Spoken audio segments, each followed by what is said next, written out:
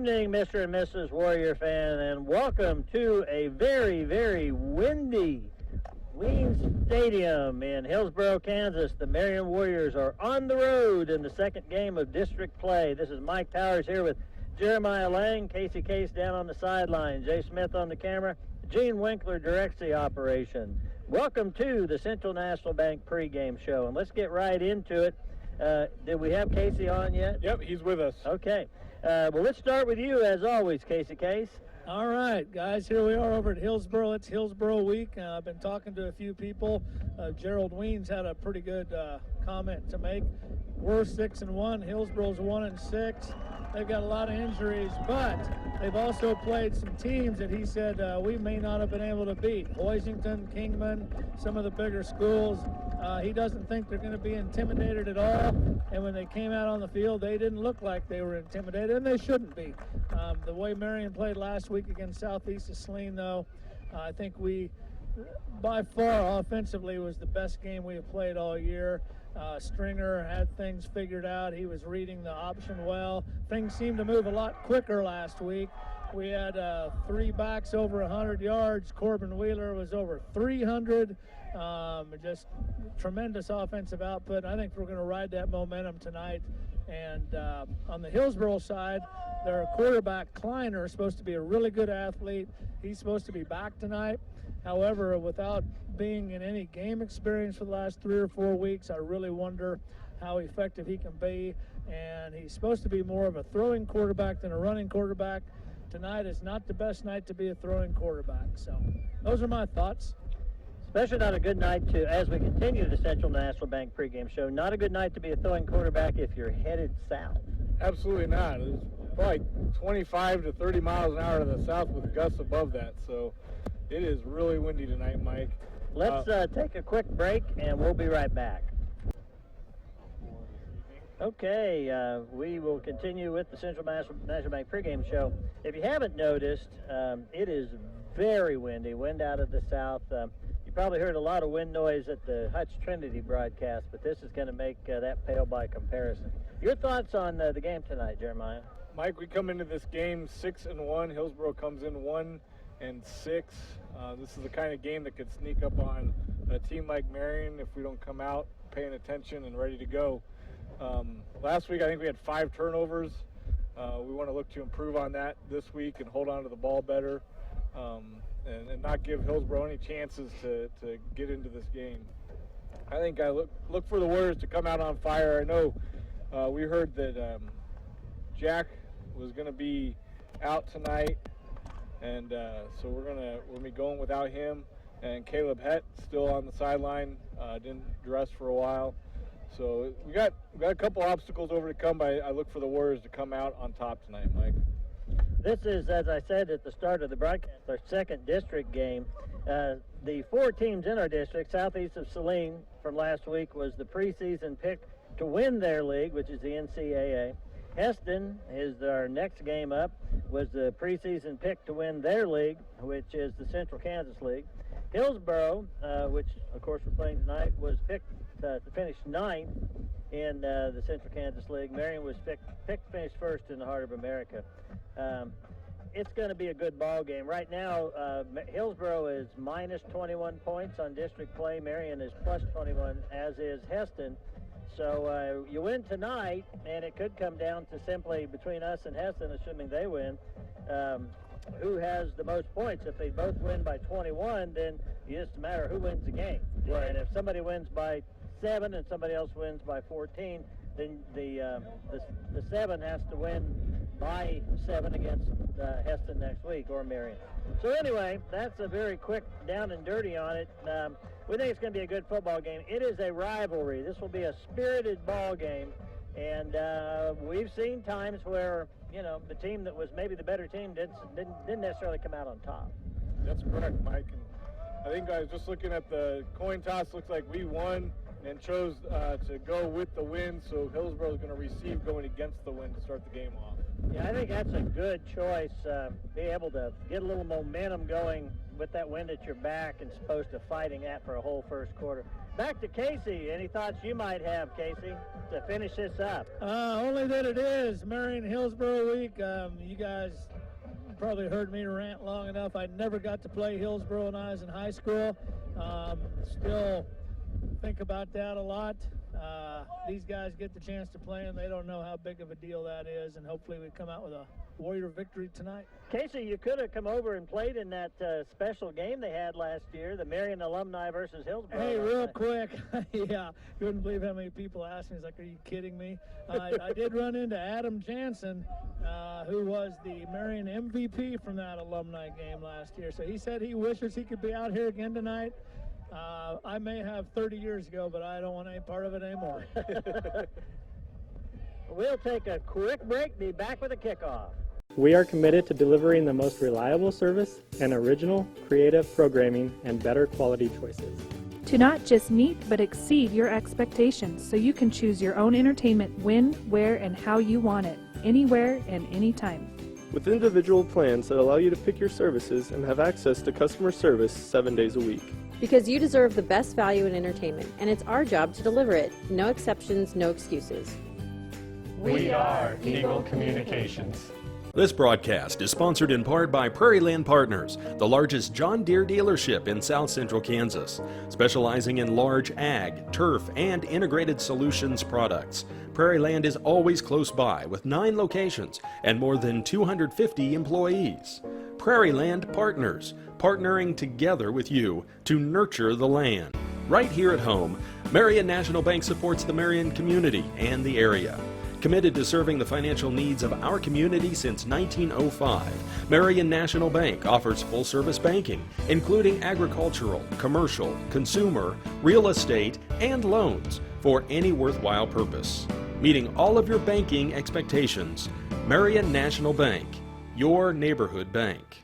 Lange Pharmacy brings something old and something new to MCTV sponsorship. Longtime sponsor Marion Health Mart is now Lange Pharmacy, a full-line pharmacy accepting almost all major insurance plans. Newly remodeled and offering everything from flu shots to medical equipment, Hallmark cards, gifts, toys, and expert advice on all your pharmaceutical needs. Lange Pharmacy supports the Warriors and Wildcats of USD 408. We are waiting for the clock to count down the final few seconds before we get going. Our broadcast area tonight, which we drove over and constructed on the south end of the visitor stands, is sponsored by Lange Pharmacy. We thank Central National Bank for sponsoring the pregame, and Lange Pharmacy, as always, for sponsoring our broadcast area. It's almost as windy here as it is during coffee at the pharmacy, Mike. Oh my, that's really saying something there. The visitors' stands are filled with Marion fans. They are. We've got a lot of good turnout here. Warriors making the drive 10 miles to the west to come over and see Marion and hopefully walk out with a win tonight. So we're going to look for the Warriors to give them what they want. Sometimes you come over and you think, boy, Hillsboro didn't have a very good crowd on their side, but so many people sit really low or stand along the railing that if you put all those people in that big set of stands over there, it would make a big difference. Yeah, that's a big stadium to fill over there because, of course, Tabor plays here on Saturdays. So a lot of empty seats, but not a reflection of the turnout for Hillsboro. I'm standing right on the 32.5-yard line. So if they get at the north end of the field, it's going to be by guess and by golly on numbers and such. But we'll try to get you informed of what's going on. Jeremiah's got young eyes. Young eyes. Looks like Austin's going to have Noah Dalrymple will hold the ball for him on the kickoff here to keep it on the tee. No way it would have stayed on. We had practically blew our camera off of the scaffolding here. What do you want to bet it goes into the end zone? I would definitely bet that happens. Oh, end over end, kind of a little pooch kick. Yeah. Taking it about the 15. Good return. He's going to get the ball out near the 30-yard line. Yeah, I think he's at about the 29, it looks like. So it's a good return for Hillsboro. Surprised that it didn't go in the end zone the way Austin's been kicking it lately, but he'll definitely have a chance to do that again later, I imagine. Yeah, he just missed that horribly. That's what I thought. That was not planned at all. Yeah, having Noah there, I think, was kind of threw him off a little bit. All right, from the 29, Hillsboro goes into action. Spread formation, one back in the backfield. Two receivers on each side.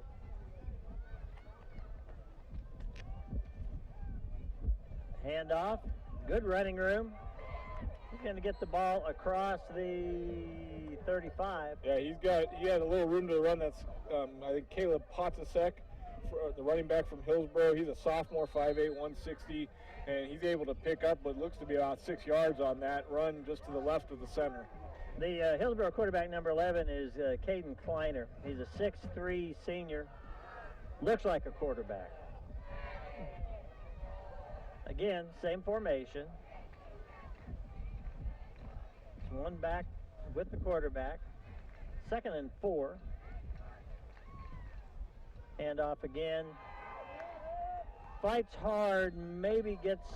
I think he got about a yard. Yeah, that's what I was going to say. Mike Kleiner's been out recently with an ankle injury, and the word is that he's not 100% tonight, and that ankle's still pretty tender. So what we've seen here tonight, he's going to get rid of the ball real quick and try and avoid contact, I think, probably as much as he can tonight. May not scramble. He's listed as being a dual threat, but if he's got a bad ankle, that may slow him down there. 3rd and 3.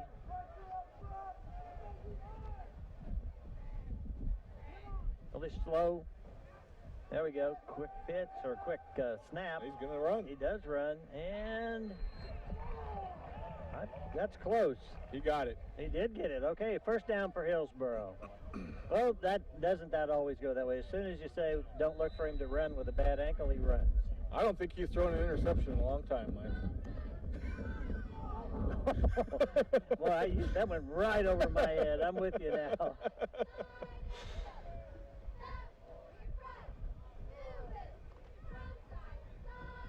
Pachuchik in the backfield with Kleiner. He's a sophomore, just 5'8". Picks up a few yards there. Not much running room. Warriors quick to the ball, which we got from Coach Tiroff in the scouting report. That's what they're going to need to be tonight is as soon as they see where that ball's going, they need to be there as soon as possible and not allow them to get yards. Hillsboro has some size inside, but they basically have two guys that are big, and then on either side of them they have a lot of speed and good technique. 2nd and 9. They're on their own 41. This will be the first pass play, incomplete. Yeah, the pass looked like it might have gone through, I'm thinking that might have gone through Colton Brewer's fingertips there. Intended for, we'll see here on the replay, intended for a receiver further out, but he gets his hands up and, right between them. Yeah, so. that was intended for Darian Ratzloff. Ratzloff, I think, has been playing quarterback while Kleiner's been out. Yeah, definitely one of Kleiner's favorite targets from what we understand. 3rd and 9. Stuklik giving directions there. Moving Heidebrecht up on the receiver. Bumps him at the line. Quarterback's rolling. I like what I'm seeing, Mike. We've gone a few games here where we give the receivers a lot of distance, and our defense is a lot closer to the receivers tonight, and I like that. Not giving them that big cushion. Right. That takes away that quick pass. Hillsboro does have number 5. Jacob Funk is a big kid. He's a receiver at 6'3", 205 with good speed. He's the one to watch out for. Low line drive punt. Hillsboro punts. It's about the 39 is where it lands. It's going to roll to about the 33. Smart. I'm pretty sure that line drive low punt was done on purpose, simply because you get it up in the air, you're liable to have it land back in your lap. Yeah, it's just going to come right back to you tonight. Beautiful. Other than the wind, it's a beautiful night for football. Great setting to be over here in Hillsboro. Doesn't compare to home, but definitely good to be here. All right, Marion will take over now, their first opportunity. From the 33, as Jeremiah said. Stuklik in motion. Sets up on the right side of the formation. There's a pitch.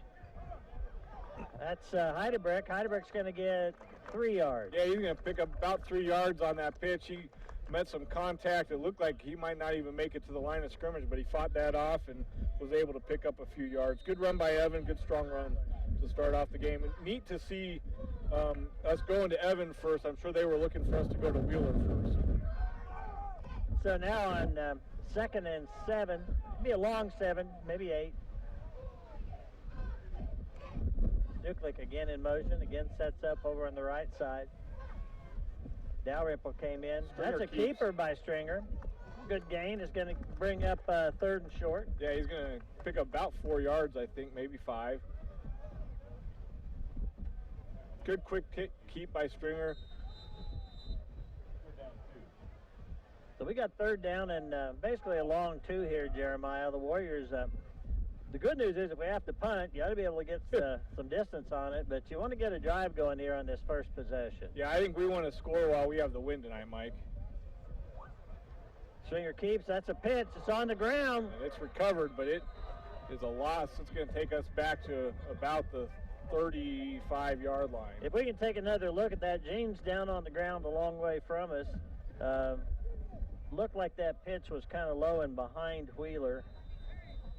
Yeah, Been very difficult. Good thing he was able to fall on it, or you'd be giving the Trojans great field position. see Hoffner here to punt. Snap from the 35. Hoffner, good high punt. Carries, goes over the head. Stop. Oh, into the end zone. Yeah, it's a very big punt. Going to come back out to the 20, but with that wind, it just sailed. He actually was punted. He was on the 25 when he punted, so that was, with the roll, a 75-yard punt. I wish it had been a 74. Yeah, I think, that's one of those things, if you get a feel for it, you might be able to pop that up higher and shorter and let the wind do the work for you. All right, Hillsboro will take over on the 20. Of course, we'll get back to that in just a moment. We'll go to after this play, we'll talk about our first quarter sponsors. From the shotgun, handoff again. And he is met by a whole host of Warriors there, and he's going to maybe pick up a yard, if that. I'm not sure he got that. Mike, our first quarter sponsors are Eagle Communication, Prairie Land Partners, and Marion National Bank. We recognize Channel 20 is seen in Hillsboro and Lincolnville, Florence, County Lake, and Marion. And so if any of our Hillsboro friends are joining in and watching, we welcome you, but keep in mind we are the Marion broadcast and we are homers. We hope we don't offend you. 2nd and 10 for the Trojans, looking to pass. Pass on the right side, hit immediately by Wheeler. Yeah, Wheeler was there to meet him, and he looks like he picked up about, I'm going to say about 5 yards before he was driven back. It looked like a stop further back from here, but you're looking at the sideline. Well, no, It's only a gain of about 2. Yeah, so. a couple of yards. So you call relentless pursuit right there, boys. I like it, Casey. Casey Case is relentlessly pursuing the stories of the game on the sidelines for us. 3rd and 8 for the Trojans. This time they split out 3 receivers on their left side, 1 on the right. Marion's got put a lot of pressure on there. Gets the pass away. Oh, it's long. The receiver the defender fell down. Yeah, that was Riley Hake, I think. Riley Hake got tripped up, and unfortunately the pass was long even with the wind. So got away from the quarterback and wasn't able to make the connection. Warriors come out on the upside of that, and we're going to see another punt. Again, expect it to be low. Jeremiah, I think that was another situation. We talked about that with a Marion player last week. If that receiver had just kept running, he might have been able to run under that. I think he got confused also when Riley went down. Yeah, that could be. Oh, Warriors Almost went for blocked. the block, didn't get it. Fair catch called by Austin. He decides not to touch it. Probably a wise decision because this could be a Warrior ball at about the 38-yard line. Yeah, and the Hillsboro defenders were right there. The ball actually took a little bit of a Marion bounce, and the Hillsboro player wisely stopped it before it went any further back to the north.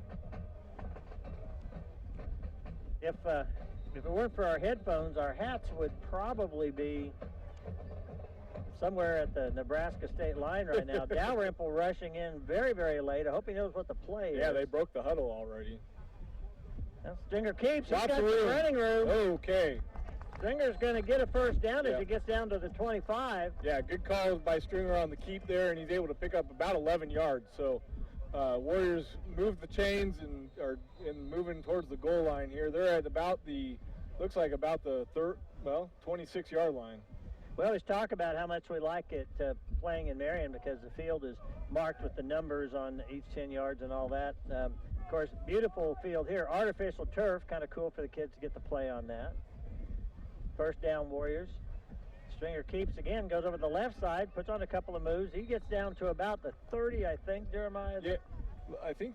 I mean, not the 30, the I think 20. to the 20, yeah. He faked the pitch out to Evan Heidebrecht to the left here, you're going to see, and gets a couple of the defenders to bite on that, which between the line and that fake creates a hole. So good call, good play by Stringer.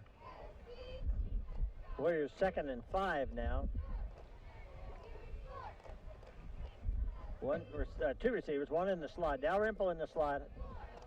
Stuklik out wide right. Heidebrecht and Wheeler in the backfield.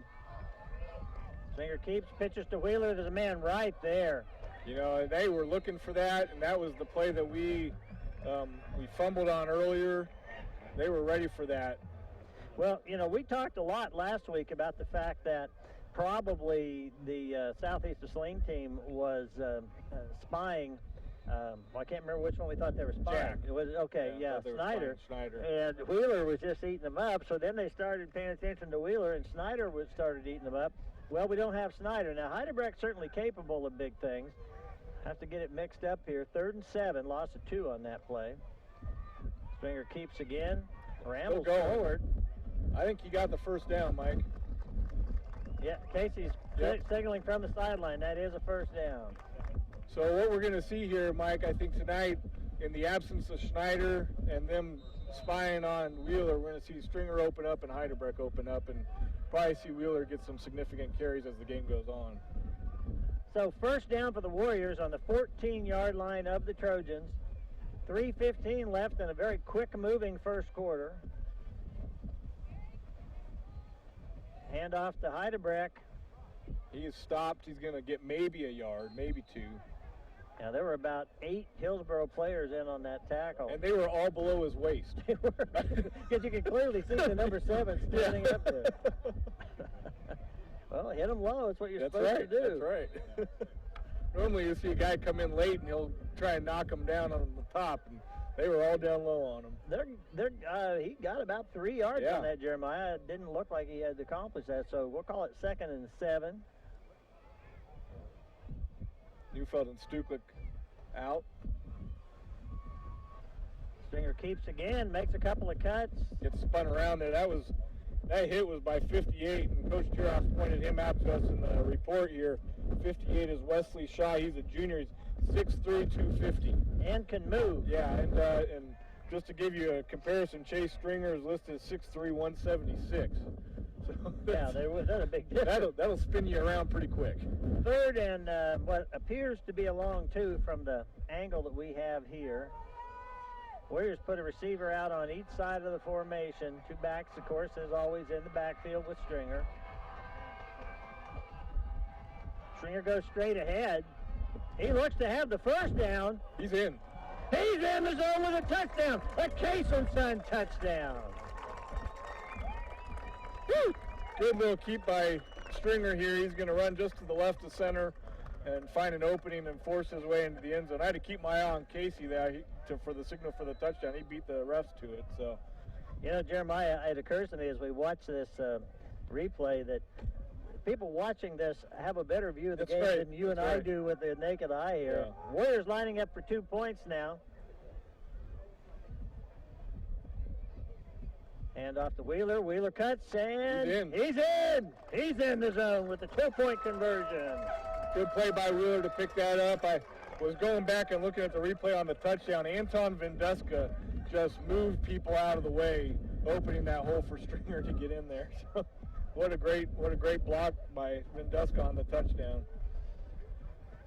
So the Warriors do go up 8-0 in this first quarter, and I think, Jeremiah, typically I tend to make more of things than they really are, but I do think if we had not scored in this first quarter with the wind at our backs, it would have been a real boost for the Trojans. I agree. They would have had reason to feel like they had really accomplished something. Frankly, only letting us score once is, now they get the wind at their back in about a minute, and they got to feel confident they can do the same thing. Yeah, we're really gonna. I'm sure it's something we work on a lot, but that pass defense is going to have to be on their game tonight with that win. We may want to consider using a timeout or two if we hold them and force them to punt in the wind before the end of the quarter. That's a good idea. That's a very good idea. Both teams, of course, have their full complement of timeouts right now, and I think if it were me, Casey, if I were coaching, I think what I would do is it would all depend on what we did on first down. If they pick up 7, I don't know if I'd do it, but if we hold them to 2, yeah. If you were coaching, you wouldn't be up in the scaffolding broadcasting the game. No, good point, Mike. I agree. Actually, Casey, if I had ever tried coaching, I would soon have been up in the scaffolding. Dalrymple holding again, and that one is in the end zone. Didn't just roll through it, it hit in the middle of it. Yeah, it landed on the tee and kept going. So minute 42, and Casey's point being that, if they run a couple plays and they haven't used much time and you're using your timeouts, you can definitely force them to punt into the wind, and that could certainly put the Warriors in great field position starting the second quarter. 1st and 10 for the Trojans from the 20. Haken defense out here on the receiver on this side. There's 2 on the far side. Wheeler over there. Handoff up the middle. Yeah, not much there. And you got Big Country there, and you got Garrett Hoffner in there. Big Country is Jarrett McClendon. If you haven't heard the broadcast before, they call Jarrett Big Country, and they call Luke Lanning Little Country. I did not know that. Luke is Little Country. Luke is Little Country. I was talking to Luke's dad the other day. He was talking about, I was telling him that I'll get back to it. 2nd and 10, next to no gain on that play. Now the 2 receivers are on this side of the field. Click and Wheeler out here. Looking to pass. Into the way out here towards the sideline. Oh, boy, that's going to be a first down. Yeah, Stuklik almost was able to jump the route and get there, and just was about a half second late. So opened up the receiver to make the catch and pick up the first down. It was a good attempt by Stuklik, and appreciate seeing that aggressiveness. Here's our Gambino's Pizza replay. Just a hair late. Nice job by the receiver then to go ahead and turn and move upfield, get that first down. So good thing we didn't use the timeouts. We would have been not aiding them, but we would have been losing our timeouts for no purpose. Ball out to the 32, first down for the Trojans. Hand off again. Oh, good quick cut. Yeah, he had a big hole to run through. Warrior defense able to catch up with him after about 7 yards, 6 yards. So Hillsboro moving the ball pretty effectively right now. Warrior defense looking for a stop. 35 seconds to go in this quarter. Warriors lead 8-0. Very important district game. Hillsboro wants to win and get back out of the negative as soon as can on the points. Warriors want to add on to their points in the plus column in district standings. Hand off again, and he burst through. I thought we had him wrapped up. He got a yard out of nothing. He kind of ran into the wall and then spun out to the right side and found some room there to run, and I think was able to pick up about a yard. My broadcast partner, Mr. Lange, we were supposed to be joined by the mythical Roger Schroeder, but he'll be with us next week, and that is the end of the first quarter. We want to thank our first quarter sponsors, Eagle Communications, Pregame Partners, Very National Bank, and now the St. Luke Hospital Quarterly Report with Casey Case. Well, Mike, even though we're not coaching, it's pretty obvious to me what Hillsboro is trying to do. They're forcing Stringer to run the ball. They're keying on our running backs. Whether we try to go wide and pitch it, they're covering the pitch man, and on the option, they're forcing Stringer to run it. And so far, he has delivered the goods. He may not be the speediest or shiftiest running back we have, but he's doing a great job running the ball down here on this touchdown run. He got hit at about the 4-yard line, and he had some great blocking ahead of him, but he just kept driving his legs and drove the entire pile over the goal line. Great job so far this game by Stringer. Casey, last week was a little bit of a coming out party for Stringer as a runner. He had, 90 yards or so last week, so that might have got him ready for this. Yep, as long as he can take care of that ball, which he's doing a good job so far, and keep a hold of it, we'll be good to go. All right, a quick break. Triple R Hauling is your hauling expert, offering custom step deck hauling in more than 27 states. Triple R Hauling will handle your heavy equipment, military equipment, farm machinery, and most any item you need moved. Hauling specialty and emergency loads, ramp use, bridges, and tarps are available if needed. Call Wally or Kim at 382-7802 and get things moving. Shelter Insurance is one of the most successful and financially sound regional insurance groups in the country, providing insurance products specifically designed to best suit you, including protection for your home, life, car, farm, business, and more. Drop in and see Shelter Agent Doug Heary for great rates and professional service. Doug will help you find the right coverage at the right price. Just as the Warriors practice and play hard to achieve success, the folks at Heary Real Estate work tirelessly to meet your needs. From listing to closing, Lori Heary and her agents are there to help you. Buying or selling, they will make sure your real estate transaction is a smooth one. Heary Real Estate, serving Marion and all of Marion County. The men and women of Marion Kiwanis Club are proud to support MCTV. Marion Kiwanis Club sponsors the annual Old Settlers Day weekend and provides financial support to Chingawassa Days and countless other organizations benefiting the area. Call 382-2115 for info on tent, chair, and table rental. Marion Kiwanis, dedicated to providing service to children and local communities. We're back. 3rd and 3 for the Trojans from their own 38. With the wind at their back now, they immediately look to go to the air. Good quick pass right in the middle of the field. And he may be gone unless Wheeler can get him. And Wheeler does get him. Yeah, that's a dangerous pass that we really got to watch out for. And it's one that all offenses like to run, where they can find a seam right through the defenders, and they found it right there. And were able to pick up a bunch of yards. Stuklik took a shot at him, couldn't get him, and Wheeler was just able to run him down. But they do get to the Warrior 13-yard line as our man Casey Case trudges that direction. So Hillsboro looking to strike quick with the wind at their back.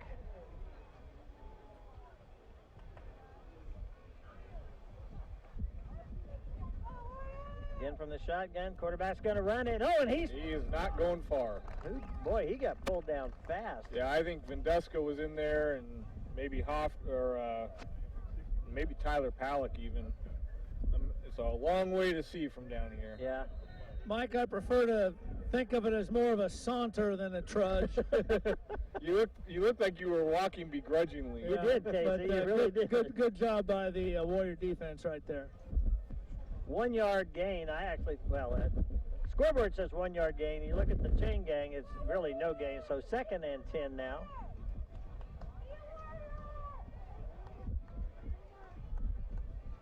Two receivers on the left. Ball's on the ground, and that's going to be a pretty big loss. Yeah, there was Jacob Bondenkamp got in there to tackle him, but the ball came out. So looks like that goes back to about the 19, which ought to make this about 3rd and 15. sounds good. Yeah. Hillsboro, the first pass we got to see of Kleiner with the wind at his back, boy, that was a bullet. That was a laser. Yeah, so certainly the 15 is not out of their range. They got 3 receivers over on this side. The big guy on the far side. Quarterback looked that direction. Now dumps it out here to the running back. And the running back's going to get a couple, but not much. No, but I was looking, Mike, on the scouting report. That running back, 27, had 21 carries for 30 yards, if I'm reading this right, and 6 pass receptions for 116 yards. Oh, wow. So definitely a target for him. When I made reference to the big receiver, that'd be Jacob Funk, the running back who caught that pass is Caleb Potachik or Patuchik.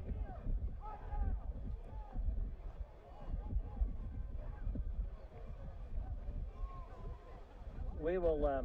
We're getting questions from our producer that we'll have to talk about later. They might be college hash marks. They are college hash marks. This is a field goal attempt. Casey will have to give us the distance. Let's see, that's the 22, be about a 32-yard field goal attempt. He missed it. I think he had the distance. It would have been close, but boy, he was way wide left. He was kicking it to Tampa, I think. That was Darian Ratzloff, the big. I'm sorry. It's 58. Wesley Shaw, who you mentioned earlier, the big inside linebacker and guard. Yeah, that was in the direction of Durham or Tampa. That was Lehigh. Lehigh. It was not due north. So the Warriors north and west. Warriors will take over from the line of scrimmage. No, excuse me, from the 20. Well, yeah, 25. It was the line of scrimmage. It was the line of scrimmage. The 25. Quick handoff right up the middle. Yeah, that was Wheeler, and he found a quick pass to run through, and was able to pick up what I think is about 9 yards.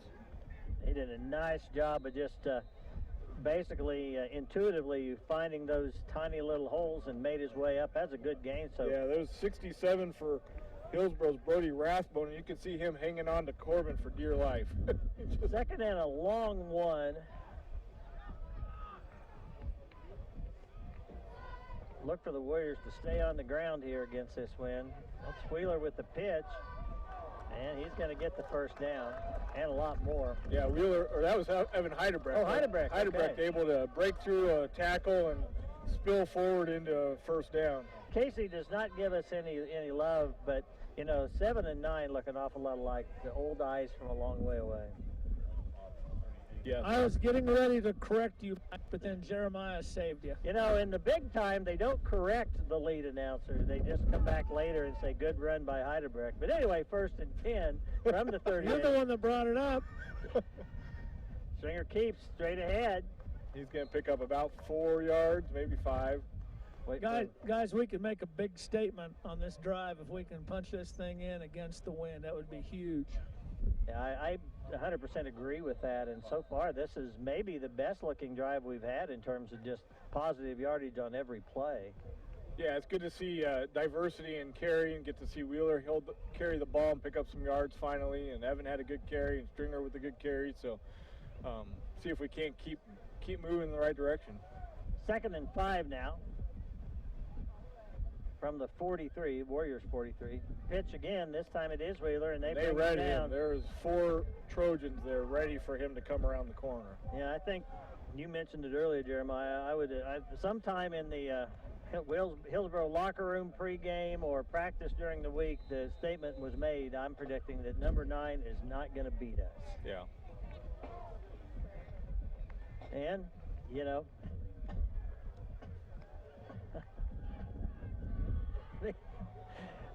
Gene, leave us alone. 3rd and 5. Like having a voice in my head. It is. It really is a voice in your head. Hand off to Heidebrecht. Heidebrecht goes good carry. He's fighting his way forward to the 21-yard line. Good run by Heidebrecht. Ball came out at the end. They're saying he was down, but one thing I liked about that carry, Mike, you're going to see him switch which hand he's carrying the ball with. He's got in his right hand here. He sees people coming at him. He'll switch to his left hand. Look at that. Great ball handling. There's one point here, Jeremiah, where I think he just realized I can't outrun him. It looked like he just stopped to start duking it out for a moment.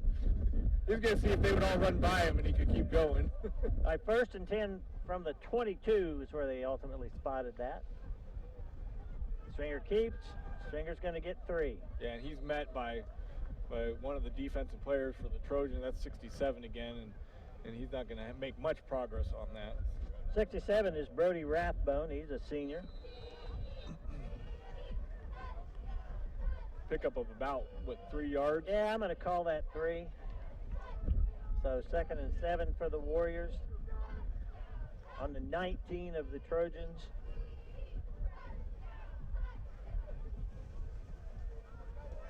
Handoff that time to Wheeler, and Wheeler kind of spins around. He's going to get the ball inside the 15. Good carry by Wheeler, able to pick up a few yards there and keep the ball moving. The clock has been just cruising this quarter, Mike. Nobody told me that this whole game was going to be a running clock. That was new to me. About 5:26 left in the half. Neufeld in the ball game now. He'll be in the receiver spot. Amazing that we can even talk to Casey when he's to our left, because the wind would carry the radio waves away from us. Amazing that we could talk to him when he was to our right. 3rd and 3. Straight forward. That's a first down.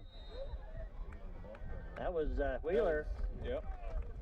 Good carry by Wheeler again. And You should be able to hear me fine down here, because the wind's carrying my radio waves. No, not Casey, straight to you guys. It's going to go straight past us at about 90 miles an hour.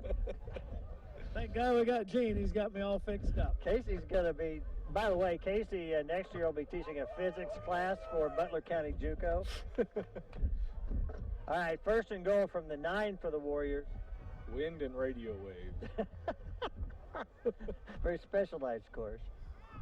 And up inside, and they catch him immediately. That again is Wheeler. Yeah, he didn't have any room to run. I think no gain. Be wind and radio waves, my experience on the MCTV crew. No, my experience in big-time broadcast. That's right. It's going to be a self-published book, too. Yes, very much so. No gain. Gene says you'd only need one copy. No gain on that play, so 2nd and 9, no loss either. Quick handoff. Wheeler, yeah, Stringer keeps him. He's in the zone with the quarterback keeper. Yeah. That's a Case and Son touchdown. He had me fooled, and he had the Trojans fooled. They all bid on it, just like my eyes did. Looks like he hands off to Heidebrecht, and look at them all follow him. And he just cruises into the end zone before they even realize what has happened. He had a coming out party last week with that read option, and tonight he's got it. He owns it. He owns that read option. Didn't slow down a bit. Great job by Stringer. And the offensive line had a lot to do with it. Yes, they did. So the Warriors go up 14-0, lining up to try another 2-point conversion.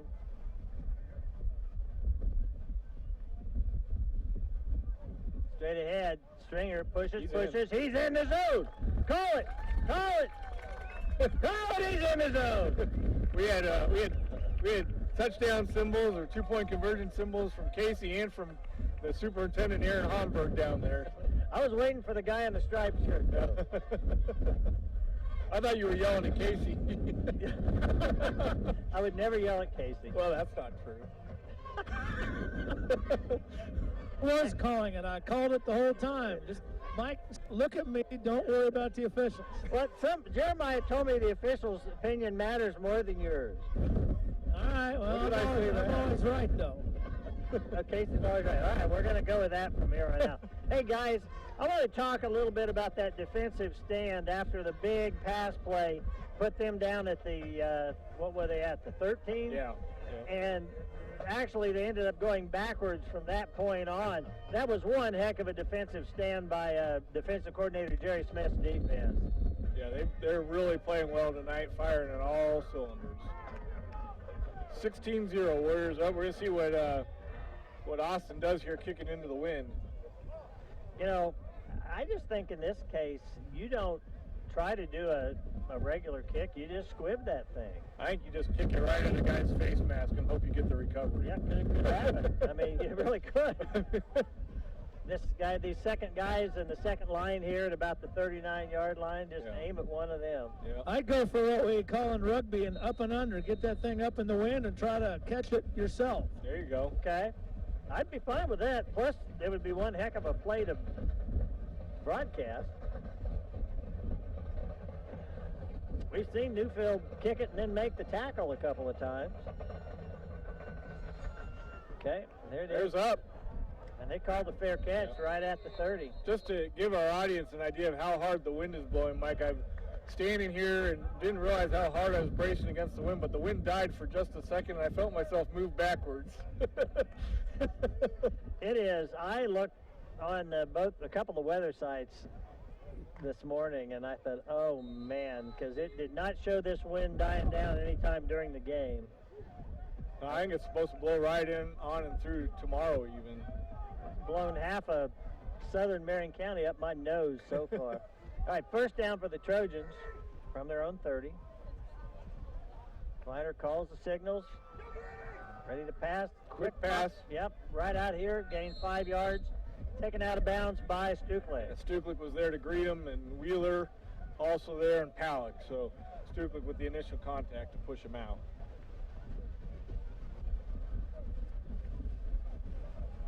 I think the wind picked up since we talked about As soon as you start talking about it, my goodness. All right, 2nd and 5 now. Ball at the 35.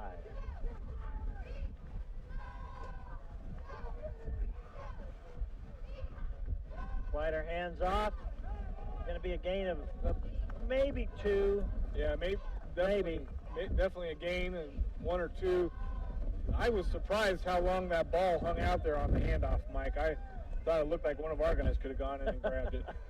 Well, we've had some of those, especially earlier in the season with Stringer in our backs. Only Stringer wasn't just holding it out there. He was holding it against them as they both ran down the field. Trying to grab it back out. Give him 2 on that. That was Patuchik, the carrier. So that will be 3rd and 3.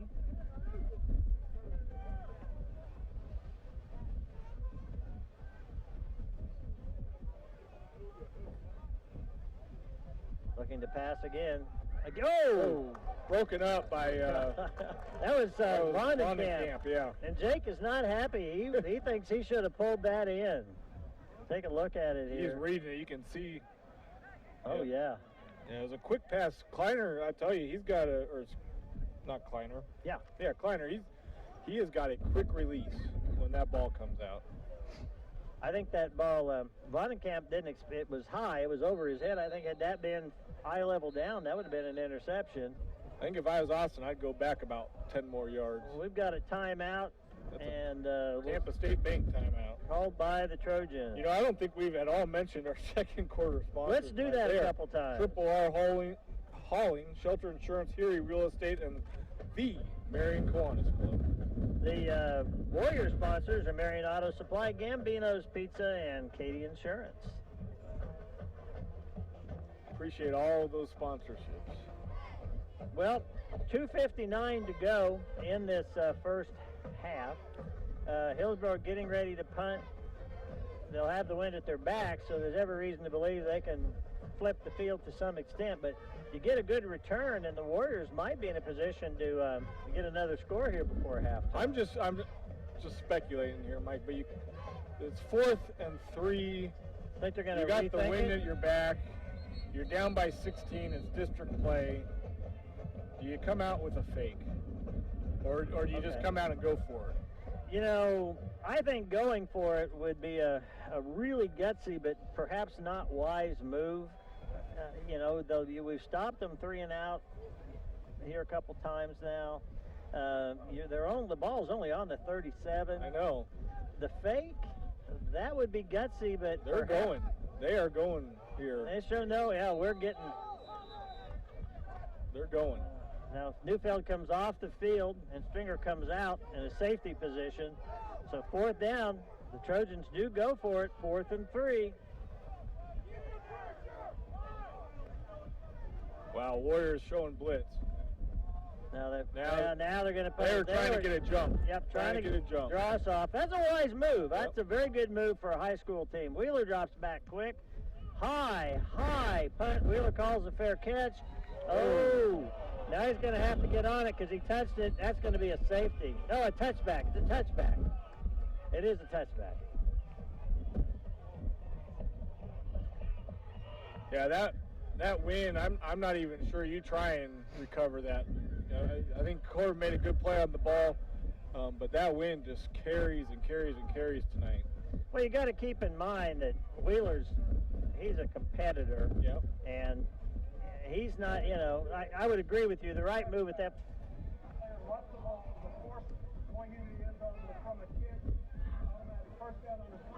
Yeah, they called the touchback because Wheeler's momentum carried him into the end zone. He didn't go there trying to avoid tacklers or something, so it's not a safety. Great. We'll get the ball on the 20. And what I was starting to say is Wheeler's just not the kind of kid right now who's going to say, I can't do that. Right. From the 20, the Warriors have 2 minutes and 46 seconds. Will they go to the air against the wind, or will we keep it on the ground here and look to break one? I bet we see it on the ground. Hand off, and there it is. That's Heidebrecht. Evan Heidebrecht, and he's got room to run. He's got a guy catching up to him. He's going to make it, though, I think. He's in the zone. They say he was down at the half-yard line. They called him down at the half-yard line.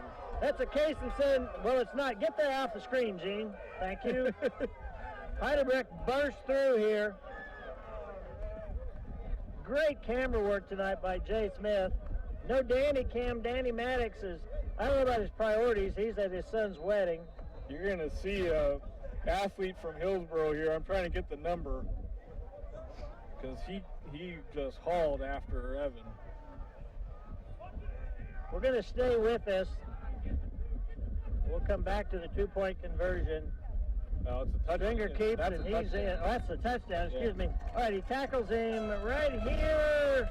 When his knees hit, the ball's over the line. That should have been a touchdown. I'm with you. But Stringer the ball's over the line now. Stringer punches it in for the touchdown on the follow-up play. We're sorry we didn't get that for you, but you can trust us, that happened. And that is a Case and Son touchdown. Yeah. As Stringer goes into the zone, lining up for another two-point conversion attempt, leading 22-0. Huge run by Evan. I think they got oxygen for him on the sideline.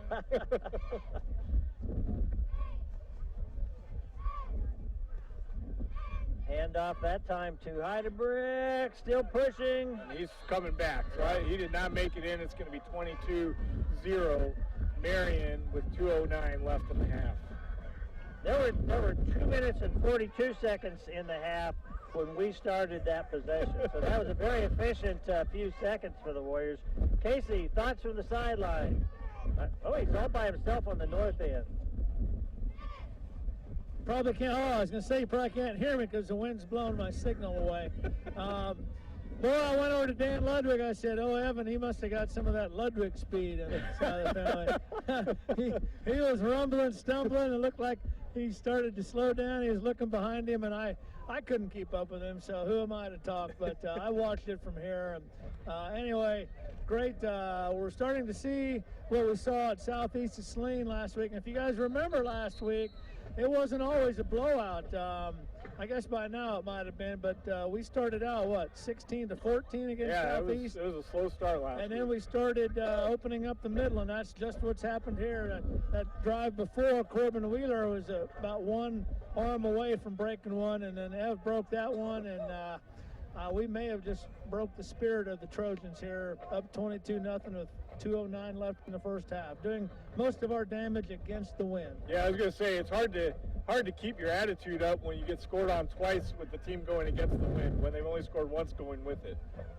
Second quarter sponsors are Triple R Hauling, Shelter Insurance, Erie Real Estate, Marion Kiwanis Club. Stay tuned in 2 minutes and 9 seconds for the St. Luke Hospital Quarterly Report, starring the handsome, debonair, and eloquent Casey Case. Here is Neufeld's kick. High, and it just dies, and now it comes straight down.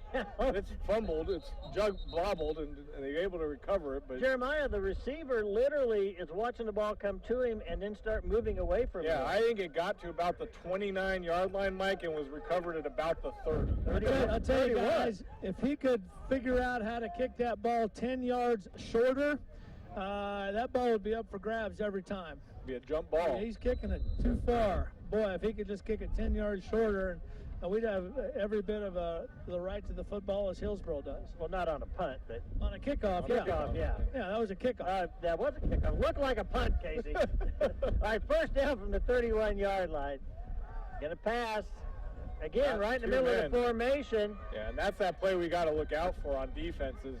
They're running guys on the outside, but then they're cutting in between our defense, and they're finding a seam right there that we've really got to guard against. Well, the way they had them out there, I thought they were going to try to do a pick play that time, but they didn't really do that. But it was a nice gainer for the Trojans into Warrior territory at the 48.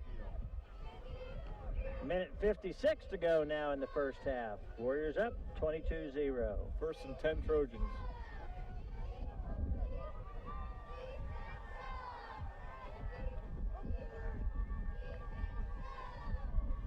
Handoff that time. And Patuchik, not much there. He's a quick, shifty little runner, but the Warriors have just shut that running game down. Yeah, he was able to jump over to the left side there, and Warriors able to meet up with him before he's able to make much progress. He picked up about 3 yards, though. Yeah, he's got a long 2, short 3.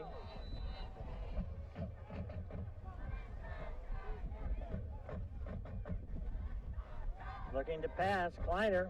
That's batted down. Yeah, I think Blaine Murmas got a big power on that and was able to knock it down. So it's going to bring up third down. You know, if you just see Blaine in purpose, he seems like a huge kid, but when he's standing by McClendon, he doesn't look as big. I about fell off, Jeremiah. I did the same thing you did. Suddenly there was a lull, and I started to go over backwards. Did you sign your waiver? I did not sign my waiver. We'll have no. to do that at halftime. Okay, 3rd and 7.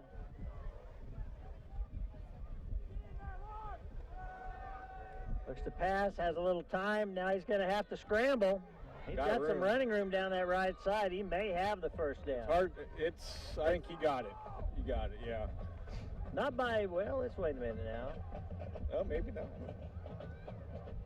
It is hard to say from up here. It's 4th down. They're signaling 4th down, waiting for him to put up the ball marker. 4th and 1. Ball on the Warrior 45.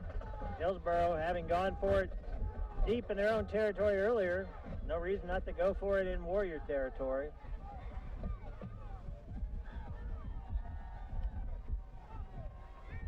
It's a pass. Yeah, Kleiner wants to get it away, and he does. Yep. Warriors able to make the stop, but not until after about 5 yards are gained.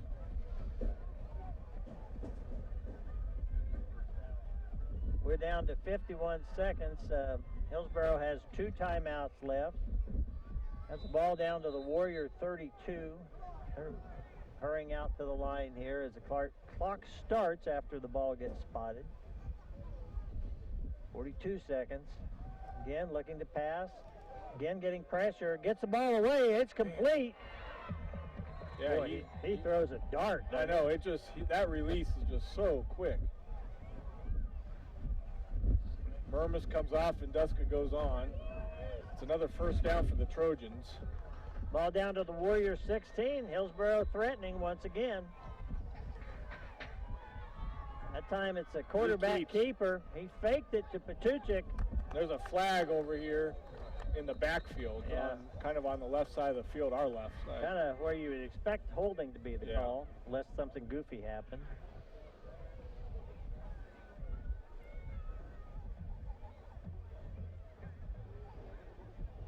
Officials are conferring. Hillsboro has 2 Tampa State timeouts left.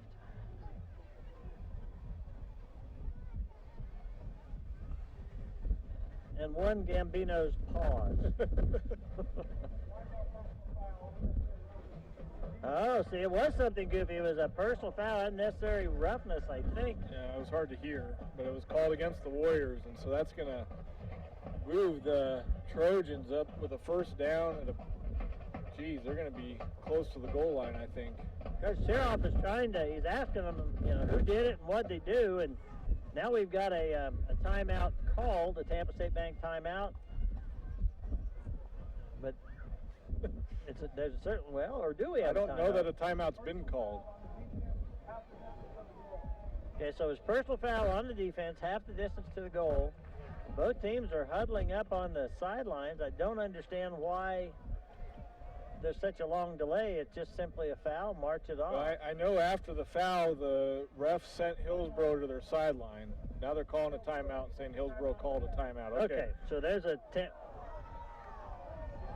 Tampa State Bank timeout called by the Hillsboro Trojans, and Coach Tiroff was certainly encouraging the officials to have a great game.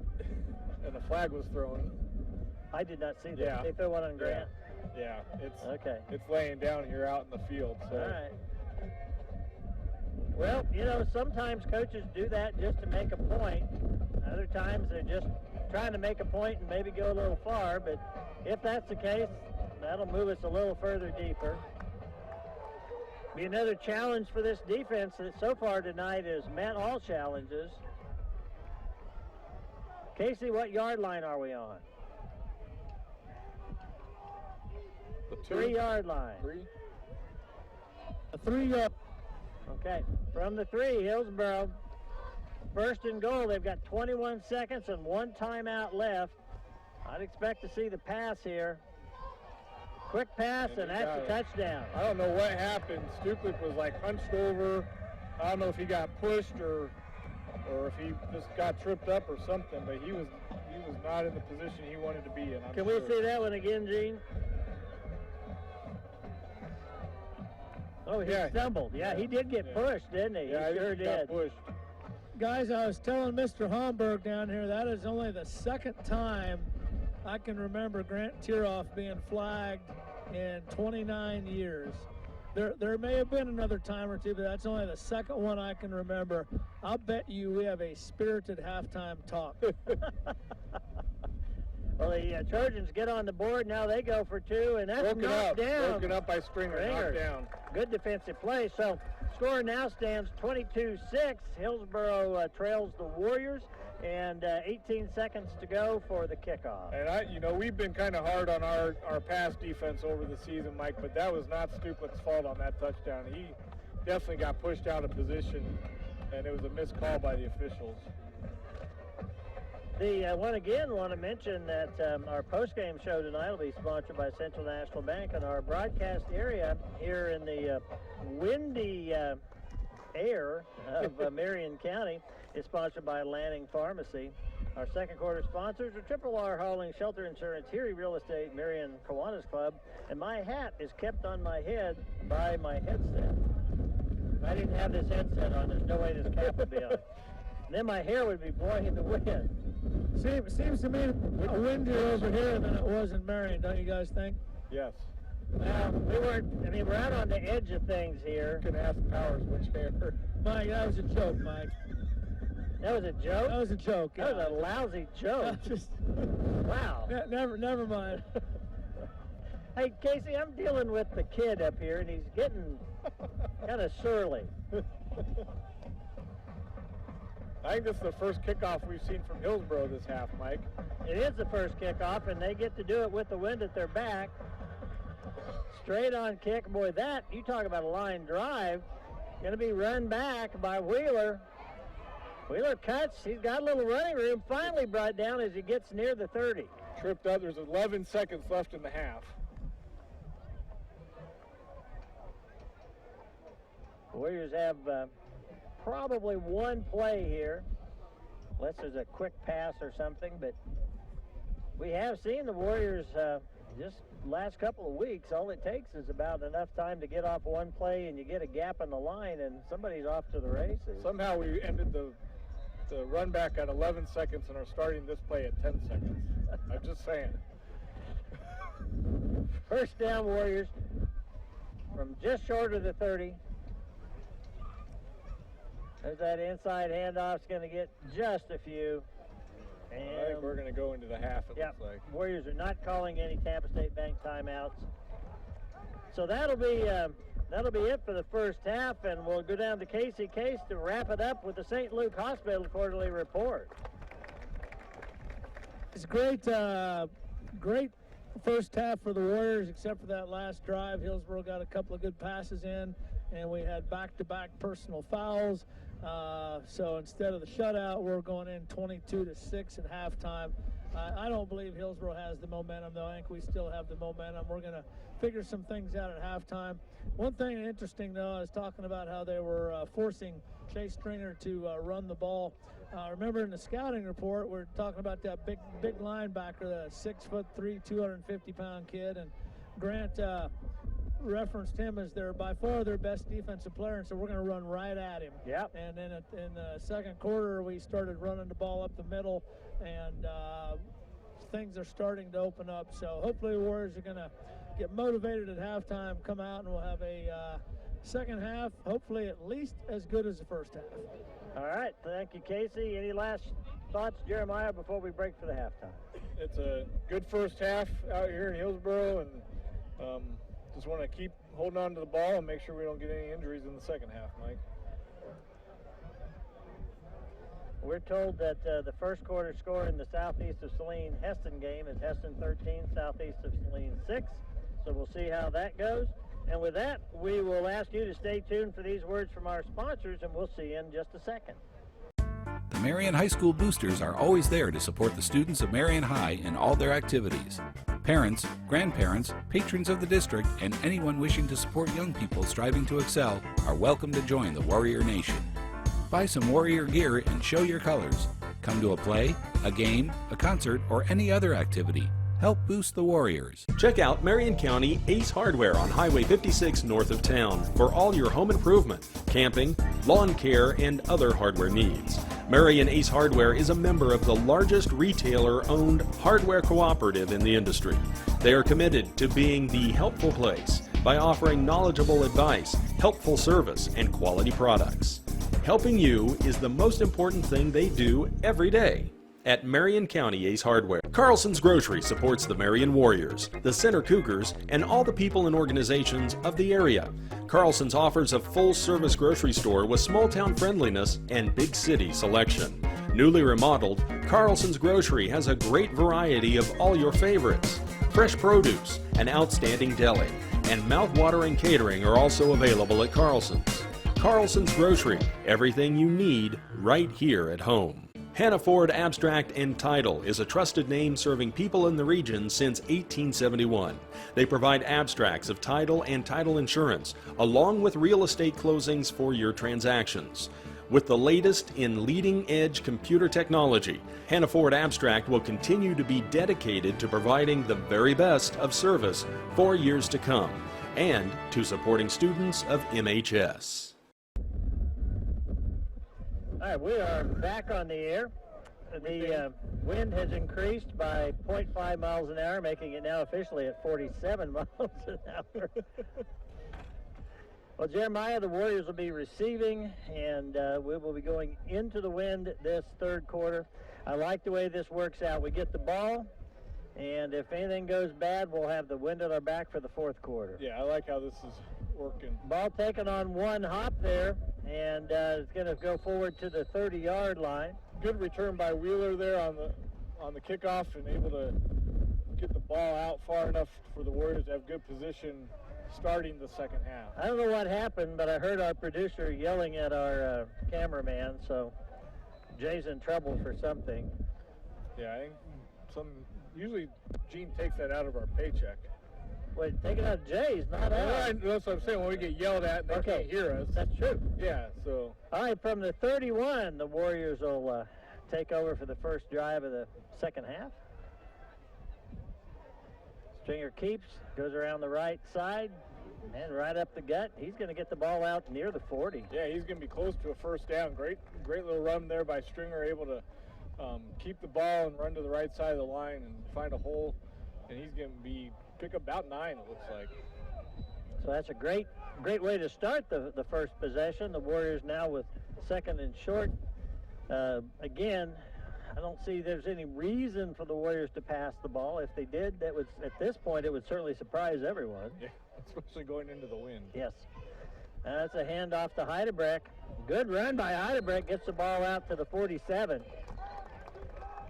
One of the things that I've really come to appreciate about Coach Tiroff is he does a lot of things that eliminate variables, and tonight with the wind, that's just such a huge variable in a passing game that I'd be surprised if we saw a pass tonight. I wouldn't say it's out of the question, but it'd be unlikely. Well, and obviously you don't start trying to work the clock this early in the game, but if the running game's working, you're keeping the clock moving, and you've got the lead here. That's a run by Wheeler.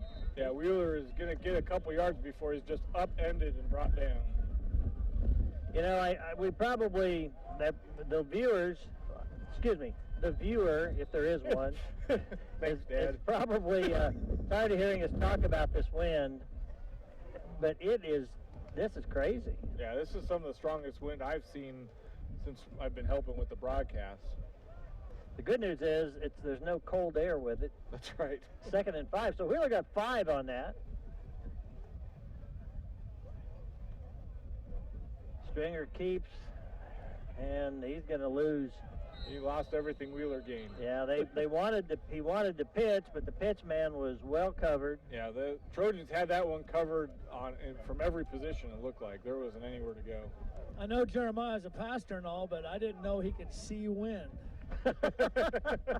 I'm looking for it. I can't see it. I just see the bugs that are blowing. You can see the effects of the wind on the flags. I had a buddy that grew up in Wichita and moved to Colorado and just hates Kansas. He refers to it as the relentless Kansas wind. Yeah, well, that's true. All right, 3rd and 9 now for the Warriors. Pushed back into their half of the field. Handoff again is going to get full. Boy, that's going to end up being close. Big pile up there is going to end up with the Warriors about a yard short of the first down. 4th down. And they don't show any signs of punting here. I don't know why The ball is on the 43. The Warriors need to get to the 42. Get across it, of course. Trojans show blitz. As a handoff, and I think he's got it. It's going to be, yeah, I think he does. Looks like he's got it by at least a half a yard, and they're moving the chains, not even going to measure. Yeah, good carry there, and good call for first down. So the Warriors, the Trojans have gone for it on 4th down a couple of times tonight. I think that's the first time the Warriors have done it. Trojans did it really in a more risky situation. Yeah, they were at about the same position, going the opposite way. Going the opposite way, exactly right. First down from the 41 of the Trojans. Handoff.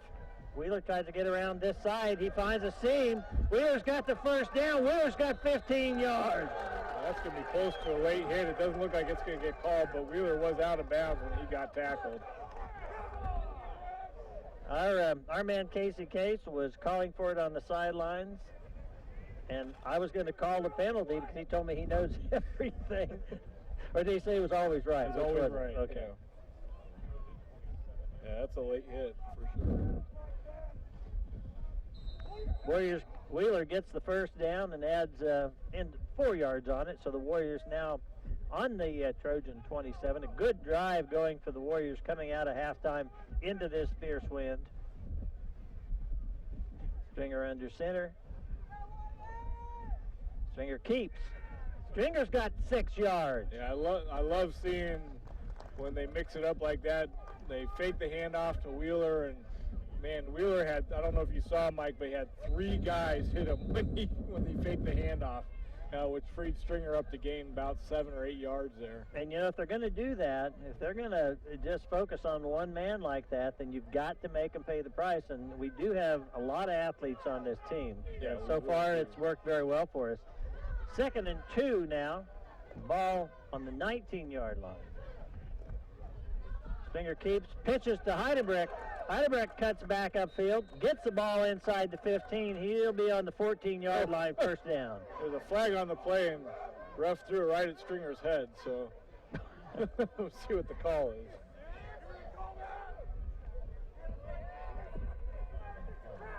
Was he looking at Stringer when he threw the flag? Yeah, I mean, he just chunked it right at Stringer's head.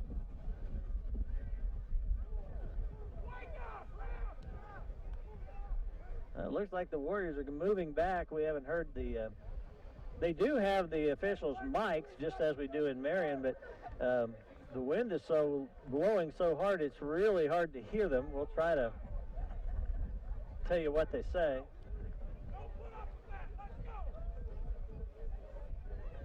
Still trying to figure out the call. I don't understand why it takes them so long to figure out where they're going to spot the ball after a penalty.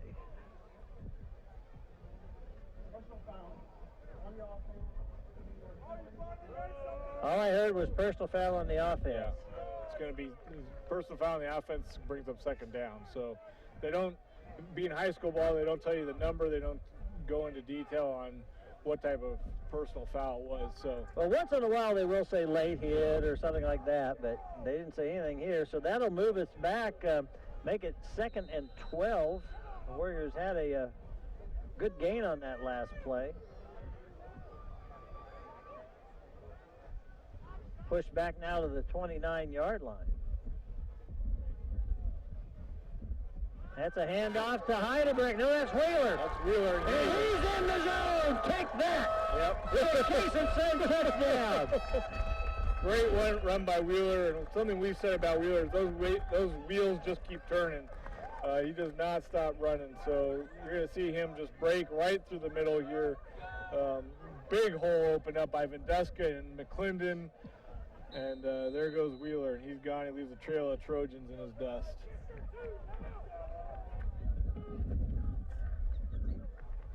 Warriors go for 2. Handoff? No. Stringer captain. He did. He's in the zone. The 2-point conversion. The Warriors go up 30-6, and we're taking a lot of time off the clock in this third quarter. The Trojans will get it back. The kick will come at 7:16. Hey, our third quarter sponsors are Marion Boosters, Marion County Ace Hardware, Carlson's Grocery, and Security First Title. Who are our Warrior sponsors? Mike, those are Marion Auto Supply, Gambino's Pizza, and Katie Insurance. Jeff, I don't know where I got Jeff. Jay. Katie. Jeff, okay. Yeah. Jay was not here last week. He was taking care of family business, visiting relatives down in Oklahoma, and missed our annual barbecue cookout. I know. Brought the barbecue grill, and we put Casey to cooking, and boy, they were good. And Jay knows you ate his burger, right? No, we saved it for him. It's in Gene's truck. It's been there since last week. You thought when we were coming up here that foul smell was Casey, but now I know why Jay didn't want anything from Sonic. yeah, there you go. Yeah, he knew he had a burger. That's right. All right, Neufeld will be kicking against the wind again, and Dalrymple the holder. See if Casey counseled him at halftime if he can do that little pop it up and run under it and catch it.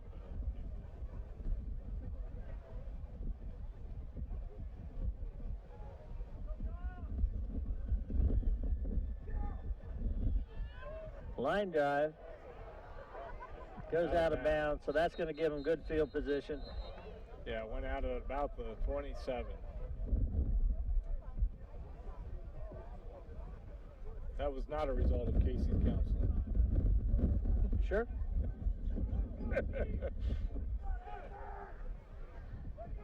Well, the Warriors, it's no surprise since we stand at 6-1, have just had a really good football season going. I think everybody would like another chance to play Sterling. I would like to see Sterling and El Saline finish out their game, because if Sterling would have beaten El Saline, we would have tied them for the league championship. As it is, El Saline has one less game played than we do. Yeah. Pitch coming this direction.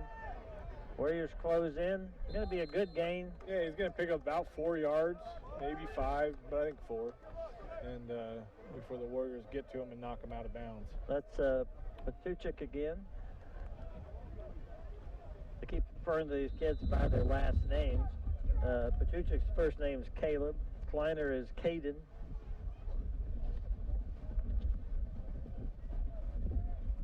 Second and 6 for the Trojans as they split 3 out on the top side of their formation. Near side, bottom of your screen is number 5. That's Funk. Funk hasn't really hurt us too much tonight. Pass is complete.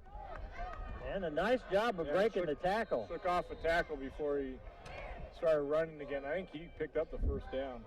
That was going to be my question, Jeremiah. Did he have the first down before he shook off that tackle? It came after. Okay.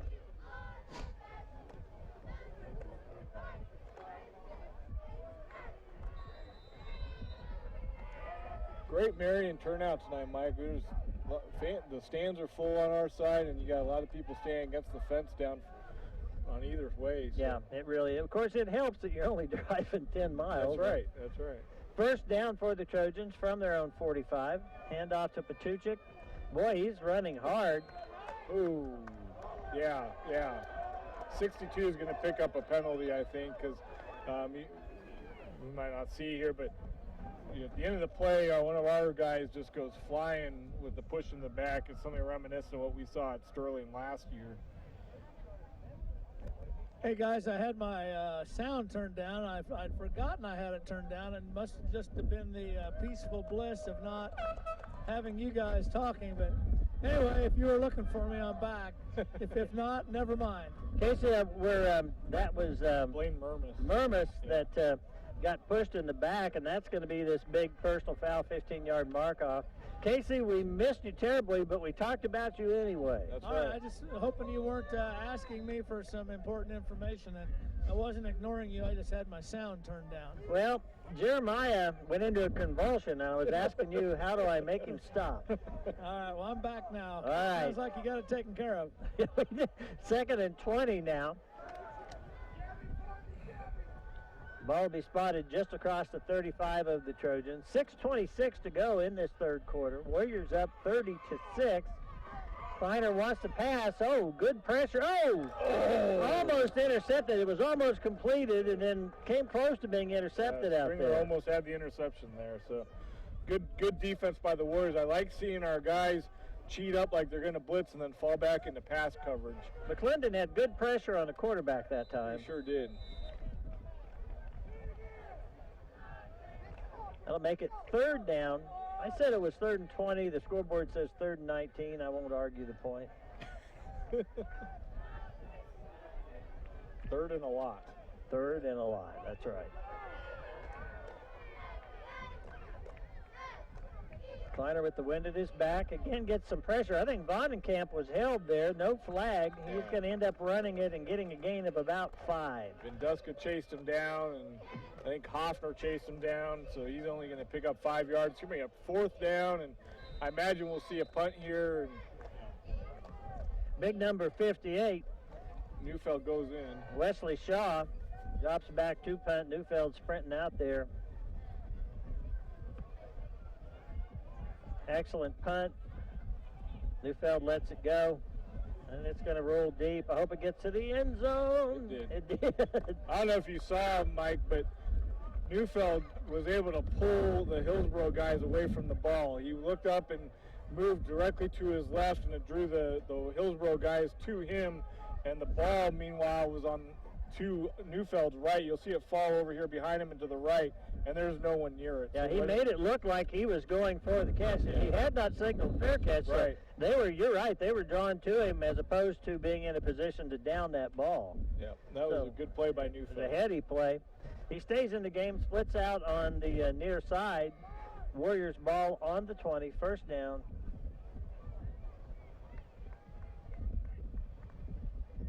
Another handoff right in the middle. No, that is a Stringer keep. It's going to be another foot race. And no one is going to catch him. Stringer just picking him up and putting him down. He's in the zone with a Case-and-Son touchdown. Faked me out, Jeremiah. You're going to see him fake here to Wheeler, and he's just going to go with it as everybody else bites on Wheeler. There goes Stringer. And you'll see 89 is the same guy that was chasing Heiderbrecht earlier, and Kyle Heiderbrecht, but he looks gassed here. This is his 2nd long run down the field trying to chase a runner, and he is not going to catch up. I like what I saw from Neufeld that time, Jeremiah. He wasn't trying to make some block that might get a penalty. He was just running along, kind of running interference, like a NASCAR driver or something. Yeah. All right, Warriors go for 2, up 36-6. I got a penalty flag. That's the procedure call. Play looked like it would have worked, but the Warriors will move back 5 yards and try it again here. Yeah, it looked real good. It was going in. You know, there were very few penalties in this game for about the 1st quarter and 2/3. Yeah, and then the end of that 2nd quarter and on, it's gotten a little uglier. Yeah, there's been a lot more called. All right, from the 8-yard line, the Warriors line up. First down, or first and goal, I guess, for the extra points. Oh, and we're just going to fall on that. That was pitched out there, intended for Colton Brewer. Yeah, it was first and maybe, and ended up being first and never. So, just did not work.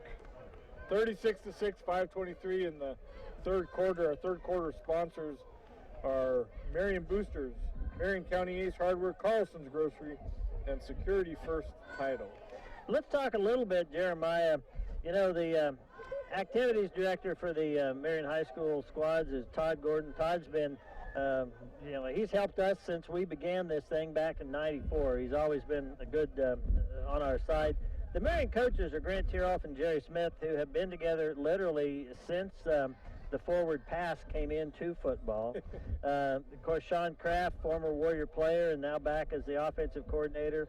Simon McKee, Randy Skiles, and Chase Carlson. The trainers, Jason Bina, who's been here a long time as well. The managers are Allie Hitt, Brandon Lange, and Robin Anderson.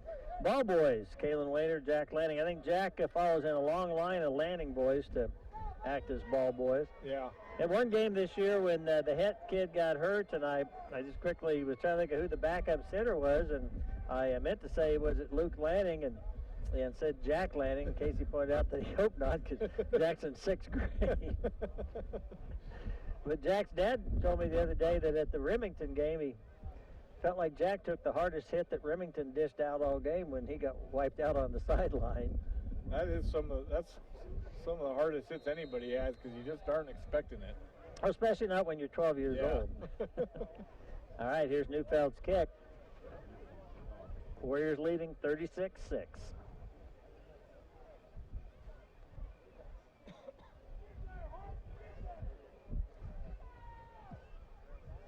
Again, Nice, just high hits kick. Knights and dives, and it's It's on the ground. I think the Warriors have it. I think you're right. I think the Warriors got it. The ball was bobbled and popped out, and it looked like we had a Warrior recovery. We're going to see a replay right here. Good job by Jay Smith. Warrior and ball. Winkler. Warrior ball. And it's that wind. It is that wind. Just couldn't find the handle, and that looked like it was Hunter Helmer that fell on that. Hunter, of course, the JV quarterback, comes up with the recovery there. Good job, Hunter. Warriors now take over on the 40-yard line of the Trojans. Opportunity to maybe take any suspense out of that ball game, this ball game, if there is any left. And off to Heidebrecht. Heidebrecht bounces off one tackle and gets another couple yards after that, picks up 8. Yeah, he's got 8 yards on that carry and does a good job bouncing around in there, kind of like a pinball, but yeah, a little bit. He his way forward. And Hey guys, they must have listened to our broadcast during halftime, because Austin took my advice and kicked that ball about 10 yards short of that time, and it worked. It worked. It did work. Except Austin didn't catch it. And off to Heidebrecht again. He's got the first down. I'll tell you, Hillsboro's down 36-6, Mike, but there is no give up in them. They are hitting hard and they're moving fast and they don't have their heads down. And as a coach, that's all you can ask your guys to do when they're down like that. I noticed number 62, Weston Etheridge, and Heidebrecht were kind of tied up together on the ground. By the time they both got up, Etheridge just gave Helmer a pat on the back, and they kind of gave each other a high five and moved on. That's what you like to see: hit hard and then be good sports about it. First down from the 28. Oh, here's a pass play, headed for the end zone. You got him. And he pulls it in. Nuts!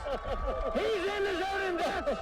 A Case and Son touchdown. Yeah, I think that was Stuklik out there. It is Stuklik. Yeah, I was looking for the number. Yeah. I don't know if you've seen, Mike, and I hesitated to point it out earlier, but the defenders on our receivers have just given up on defending them. And I'm sure Coach Tieroff and the rest of the staff saw that and saw an opening to put some more points on the board. Warriors now once again going for the 2, which we of course have done all season long. Oh, Stringer keeps. Yep. He's in the zone. That's a 2-point conversion. The Warriors are up 44-6.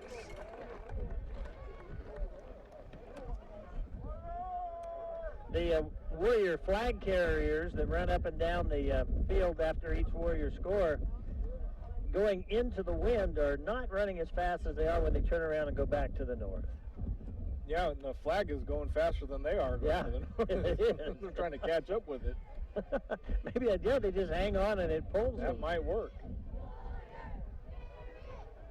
Yeah, I don't want to belabor it, but yeah, I've been watching this, and when we're on offense and we run the ball, these guys, I mean, as soon as the ball is snapped, these defenders are just cutting in. Crashing down? Yeah. Hey, once again, our third quarter sponsors are Marion Boosters, Marion County Ace Hardware, Carlson's Grocery, and Hannaford Apps, and Security First Title. I have an old list. You need one where it's written down, Mike, like mine is. Somebody crossed it out because they knew I was only literate to a certain extent. Only literate to a certain extent. So you can read. I can read. Kind of. But I'm not going to improvise well. Okay. Yeah. Well, we'll see if Austin employs the Casey Case method again. That was an 8-point kickoff last time. Yeah, it was.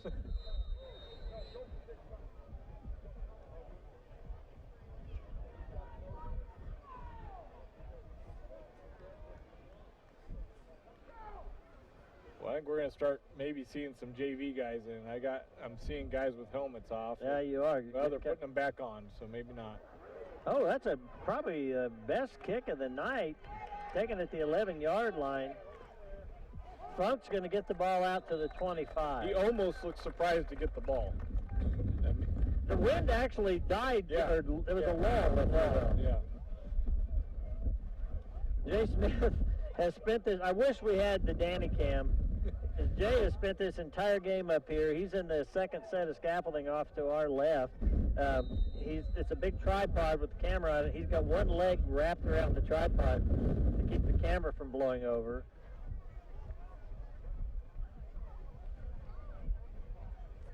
Kleiner from the shotgun, quick pitch. Patachik trying to get around the left side. Going to get a couple, that's about all. Jared Ray was chasing him down, and I think Vonnekamp out there too, yeah. Out there got him. Heidelberg might have been in on that as well. And I think looked like Palak also. So good defensive play by the Warriors on that stop, and the Trojans pick up about 2 yards. Yeah, a couple of yards on the play. 2nd and 8. 3 minutes to go in the third quarter.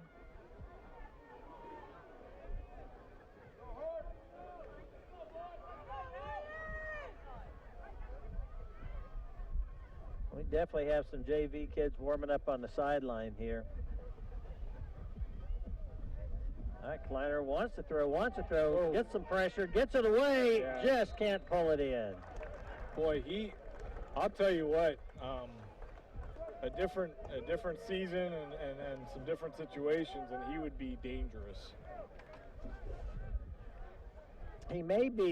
He's got the kind of arm that it might just be a matter of, with high school receivers, he needs to dial that back just one notch. It is quick. 3rd down now and 8. Get 3 receivers over on the near side of the formation, right in the middle of your screen. One up top. Palak faked the blitz, doesn't come. Pass it away! No! And we've seen that in the Chiefs games a few times lately, where it goes off the Warriors' hands and right into the hands of the original receiver. Wow. You're going to see it gets bobbled by broken up and then caught. Bummer. 1st down for the Trojans. So big gainer, turns out to be a big gainer for the Trojans. They're down to the Warrior 42 off that play. Staying in the air, starting to get some pressure. Oh, he gets it away. It's incomplete. Yeah. Warriors are getting to him. They're just not able to wrap him up in time. let's see, Vonenkamp and Murmas, I think, were the two Warriors that were in the backfield there. I thought we were going to get the sack on that one. I'd be getting rid of the ball as quick as I could if those two were coming at me. Yeah. Well, the height difference, they would high-low you without even intending to. Right. 2nd and 10 from the 42.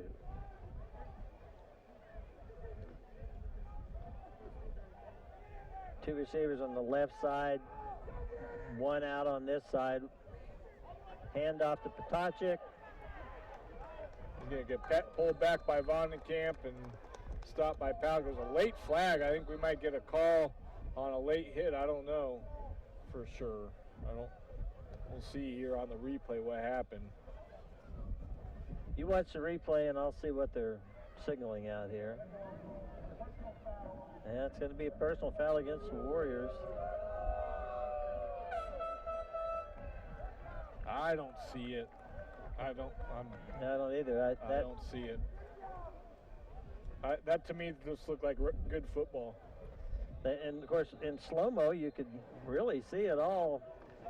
It would look more like a late hit in slow-mo than it would in regular time. Right. I'm not quite sure what's going on. Maybe this has gotten spirited enough that this, well, hey, you know what? We'll go down and let Casey Case tell us all about it. Hey, Rob, what I want to know about is we appear to have a running clock. I thought last week we determined we needed to be up by 45 to have a running clock. That's what we were told. That's correct. Well, that clock ran the entire time after that flag was thrown. It ran down from like 23 seconds to 0. So either the clock operator doesn't understand the rules, or we've got a running clock at 35. Well, it's possible the clock operator may be going by what their league rules were, not realizing in district play it's different. By the way, yeah, Gene just realized this was not a Tampa State Bank timeout. This is the St. Luke Hospital quarterly report. Well, they're not resetting the clock, so apparently we're playing a 35-point running clock because the referees watched the clock go down. But other than that, my third quarter report consists of the Warriors continuing to dominate. Things are rolling well for the Warriors. I don't know if we'll see any JV or not. These seniors, the last game against Hillsboro, may let them play it out, or we may see some JV later in the quarter. We'll find out. And Casey, we may have just been fooled by a lot of JV players thinking they wanted to get in. After this play, we'll take a break and let you have a visit from some of our sponsors. Ball's on the ground. Still on the ground. Kicked it. And he's going to end up with the ball back at the 35. Let's take a break. Watch these messages. Marion Die and Fixture is a Bradbury Group company that manufactures a wide range of custom dies and fixtures for metal forming applications. The dedicated employees and management place an emphasis on quality. Marion Die and Fixture is a proud supporter of the Marion community.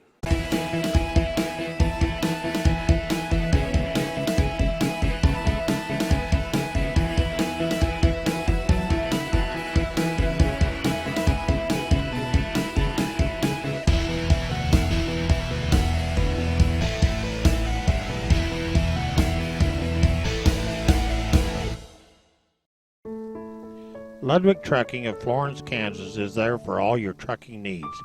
Ludwig Trucking has been in business since 1922. If you need something moved, call Ron at 620-382-4381. We are back, and that's a big loss for the Trojans. Pushes them back to just outside their own 34. Excuse me, the Warrior 34. They're going to send three receivers over to that right side. One here right on the sideline. Heidebrecht's on him right now. That's a handoff again. Yeah, Potacek takes it right over to the left side. And he's going to pick up 4. Yeah. That little guy is good for 4 on almost every carry. Yeah, he's going to get 4. Yeah, he is.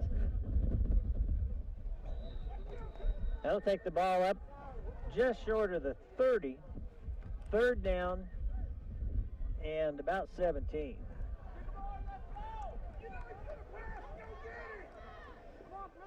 See, the Warriors appear to be just rushing 3 here.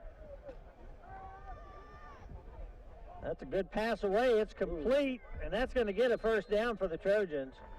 Yeah, it is. That was a well-thrown ball. And the clock continues to run.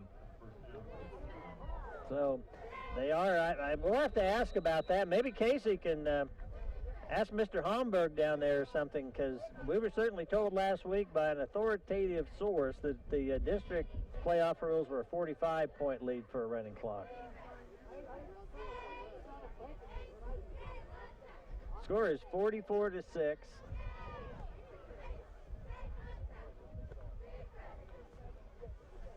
Hand off to Patuchik again. And he didn't get 4. No, he didn't get 4 that time. Might have got 1. 6 inches. Ball spotted right on the 10, second down there. Call it 2nd and 9. Running onto the field is Cade Alvin, coming off his big country, Jarrett McClendon. Mr. Homburg and I came to the conclusion that we just make it up as we go along. Depends on where you're playing and what the clock operator feels like doing. So last week it was 45, this week it's 35. Okay. Next week it'll be 50. Pass, Behind. incomplete. Yeah, it was behind. I don't think, as the way Dalrymple was coming up, I don't think that was going to get in the end zone either way. No, it wasn't in the end zone. It was definitely closer to the 5-yard line. To get a first down without scoring, they're going to have to get inside the 1, about maybe inside the 1 foot line. Yeah, it might be like the 3-inch line. I don't know. Third down now. About as close to 3rd and goal as you can get without really being it. Right at the 1, Mike. Right at the 1? Right at the 1. Okay. Looking to pass. There's that pass play. Oh! Broken up by, well, I guess incomplete pass. So. Yeah, incomplete pass. Dalrymple was there, but I don't think we can credit him with breaking that up. No. It was just a missed catch. So now 4th down. Hillsboro has been deep in Warrior territory before in this game and not been able to get in. 4th and essentially goal. Really good defensive game by the Warriors so far tonight. I'm impressed with the Hillsboro quarterback, Kleiner.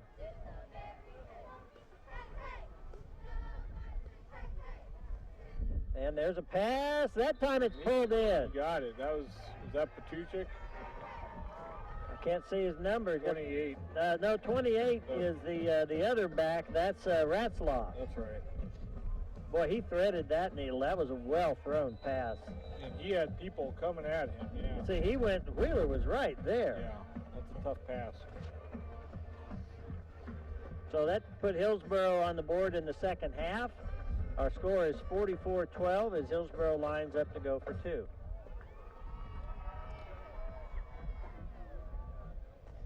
Kleiner is very calm in the pocket, does a nice job of surveying the field, not getting in too big a hurry. And not going to get it. Yep. Took about 3 Warriors, but they got funked down, and so our score will stay at 44-12.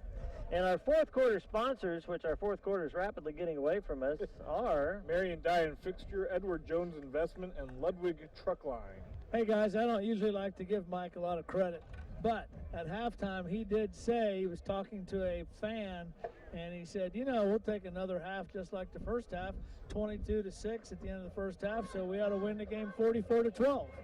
I actually did say that. Did say that, so here we are, 44-12, Mike. So if it holds, you're a genius. Let's just call this thing right now. And the clock continues to run. I don't like to give myself a lot of credit either, but I believe I did something similar at Hutch Trinity with the 14-6 call. Yeah, I wasn't there. So. No, you weren't. But had you been there, I'm sure you would have given me credit. I'm sure. I probably maybe would have. I've got an inferiority complex from hanging around with you big bullies. Please. Tell you what. You get a robe and a gavel. I just get a robe. Oh, you got a point there. And you're allowed to throw the book at people. So can you. If I do it, you do it. It's called a bully pulpit. You do it figuratively. Yeah. Or as a short That's end over end and out of bounds. Yeah. Enough about us. Well, I'm just thinking if you throw the book at people, they're in eternal damnation. It's No, I don't want to leave this yet. I think Jeremiah should have a gavel. I think anytime somebody nods off or falls asleep, he can start pounding that gavel and wake them up. Casey, when you fall off and go to sleep, that's Jeremiah's fault because he should be more entertaining. I bet Jeremiah has seen me nod off very few times in church.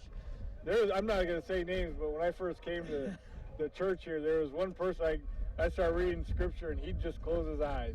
Yeah. And at first I took it personally, and I just realized that's just what he does. Yeah. And he'd sleep right through the sermon every time.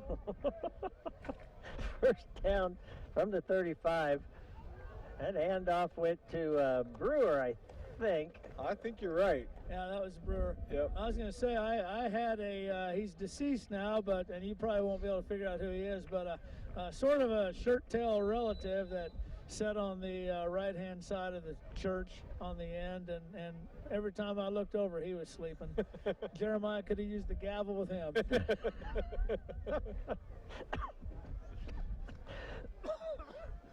Okay. All right, second down. Second and 5. And then we've got a different quarterback in. I think that's Hunter Helmer. Hunter Helmer, yeah. Yep. That's a handoff over the left side, and It's a Colton Mercer. Is that right? 15. There was a 5. Can't find him now. We're going to say it was Colton Mercer, and it's a nice gain of about 5 yards. It's going to put us at 3rd and 2. Dalrymple comes in with the play from the sideline. Warrior, by the way, Hillsboro has their JV out there as well. Okay. Yeah. You can just tell by the difference in the size of the players.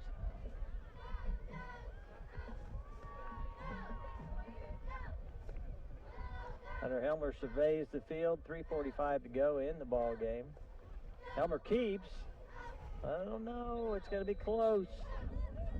It is close. I think they're going to say it's 4th down. Be interested to see where they place the ball and if they do a measurement, because it is really close. Oh, they got it just short of the 45-yard line. They're going to call it 4th down and a half yard. Appears the Warriors are going to go for it. Number 81 goes in the game for the Warriors. That's Caleb Mallory. You must have a new roster. Oh, you have an old one? I must. Okay, the Warriors going for it on 4th down. Another quarterback keeper. Looks like they've got it. He got it.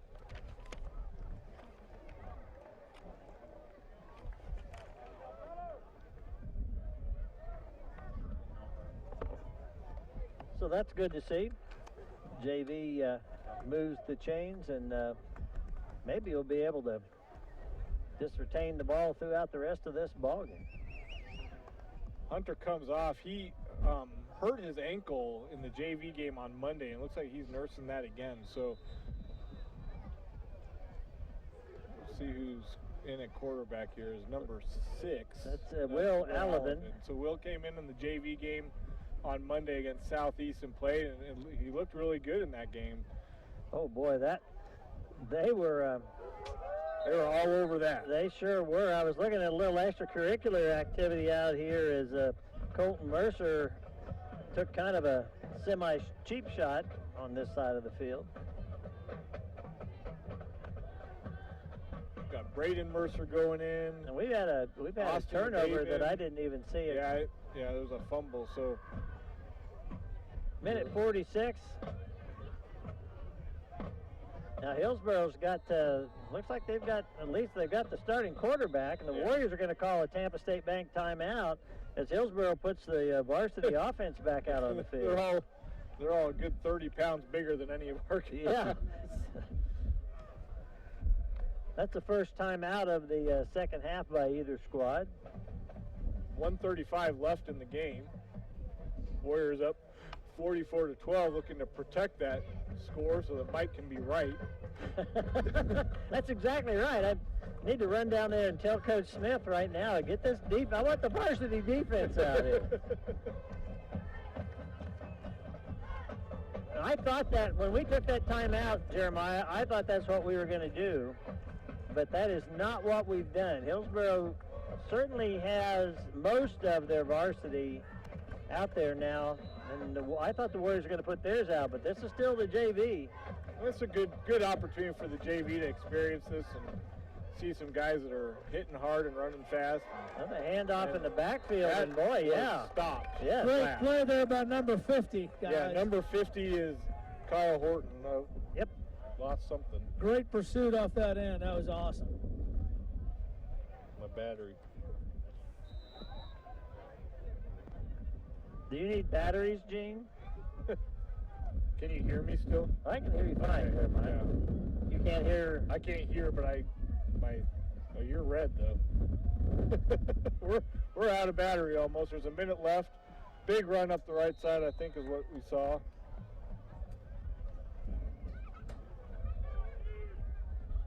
I got new batteries.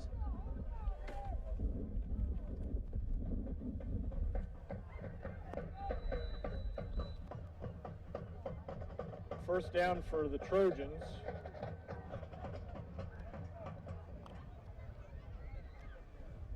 And the Kleiner keeps, and he's got some room to run. He's pushed outside here, and he's still running, and he's finally brought out of bounds. And a flag is thrown.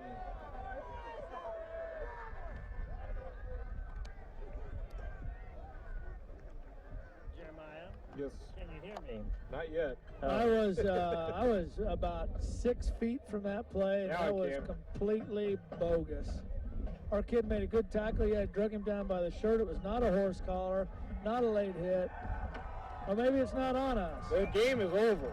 Oh, okay. Well, anyway, that was a horrible call right there. Yeah. I mean, he was going to call a personal foul on our Marion guy for making a tackle, and anyway, never mind. Game's over. Well, game is over, 44-12. 44-12. Jeremiah and I both were in the midst of, he had to put in batteries so he could hear. I had to put in batteries so I could talk. Guys, that is the 184th victory for Grant Tiroff as a Marion High School coach. That goes against 101 losses. That's going to put you at a win rate of right in the vicinity of 66%. If you can win 2 out of every 3 ball games, that's a pretty good deal. Very good, Mike. That's a good statistic to have for us tonight. Let's go down to Casey Case for the final, for tonight, the final Casey Case Quarterly Report, sponsored by St. Luke Hospital. How many times do you look at your watch and the ball game's over and it's not even 9 o'clock? 8:54, the official end of that game. A lot passing because of the wind, so that was a quick game. Warriors up 44-12, just like Mike Powers predicted. And good thing I memorized the score because they've already got the scoreboard shut off. So anyway, Marion goes to 2-0 in district, 7-1 on the year, and it looks like there'll be a showdown. Well, I don't know. We don't know what the outcome is of the Heston Southeast of Saline game, but at any rate, if Marion wins next week, they lock up the district and will guarantee a home field playoff game on Halloween night. Otherwise, it looks like, barring some really strange circumstances, that Marion will be in the playoffs either as the district champion or district runner-up. In that case, we'll be on the road on Halloween night. And last time that happened was a long, sad night back in 1995. I'm sure Mike remembers that all too well. Remember it very, very well. Yeah, but anyway, guys, good win for the Warriors. Doesn't seem like we got anybody dinged up. Smart move on keeping Jack Schneider out, although he wouldn't have played anyway because he is home puking sick as a dog out here. So we'll get him healthy and rested for next week. We'll need everything we have when we welcome the Heston Swathers to Warrior Stadium. Let's go right into our Central National Bank post-game show, Jeremiah, and your thoughts on what we saw here tonight. Well, Mike, 95 years ago, Marion beat Hillsboro 205-0, and tonight 44-12. It's a good win by the Warriors tonight, and just it's fun to have this game, and as Casey mentioned, for our guys to be able to play Hillsboro and Hillsboro to play our guys and keep that rivalry alive. And wonderful to see Marion use as many different weapons as they did tonight, from Evan Heidebrecht to Corbin Wheeler to Chase Stringer, and even pass for a touchdown to Stuklik out there on the outside. So good offense by the Warriors. Defense played really well. I was real pleased to see how they played against a team that passed well. Yeah, they did. And certainly did. So very good evening for the Warriors, and looking forward to the game next Thursday against Heston. I like the sly way you slipped that in. Casey sent us an old what looked like newspaper clipping from 1922. Showed the Warriors playing McPherson and Emporia and Hutchison and all these, but yeah, beat Hillsboro 205 to nothing. I mean, the nothing part, okay, but as we talked about on the way here, how do you score 205 points? Scoring on every possession. All right, wrap it up, Jeremiah, and then we'll give Casey his last shot. Mike, great night here in Hillsboro for the Warriors, and like Casey mentioned, nobody's dinged up too bad, and we're going to go back home to Marion with a win under our belts and start preparing for Heston on Thursday. Casey Case. All I had to say, I just thought it just occurred to me, and correct me if I'm wrong, I'm sure you will, but I think Chase Stringer had a perfect quarterback rating tonight. Did he not attempt one pass on the evening? And he had one pass, yep. He attempted one pass and completed it for 30, 40 yards and a touchdown. So that's a pretty good quarterback rating, if you ask me. And while we're talking about him, I said last week how he improved so well on reading that option. Tonight he did a masterful job, and they were keying on our running backs. He had a lot of good runs, keeping the ball on the option. Just a great night for the Warriors, guys. Well, for Jeremiah Lange and Casey Case, for Gene Winkler and Jay Smith, this is Mike Powers saying, hey, we've enjoyed a great inter-county rivalry game here tonight. From what we could see, it was very hard fought. Nothing bad happened. No injuries that we know of. And so got to call that a victory for both teams. The Warriors prevail 44-12. This is Mike Powers saying, good night, Mr. and Mrs. Warrior fan. Good night, Kevin. Good night, Red. Good night, Gabby Gabbard, wherever you are.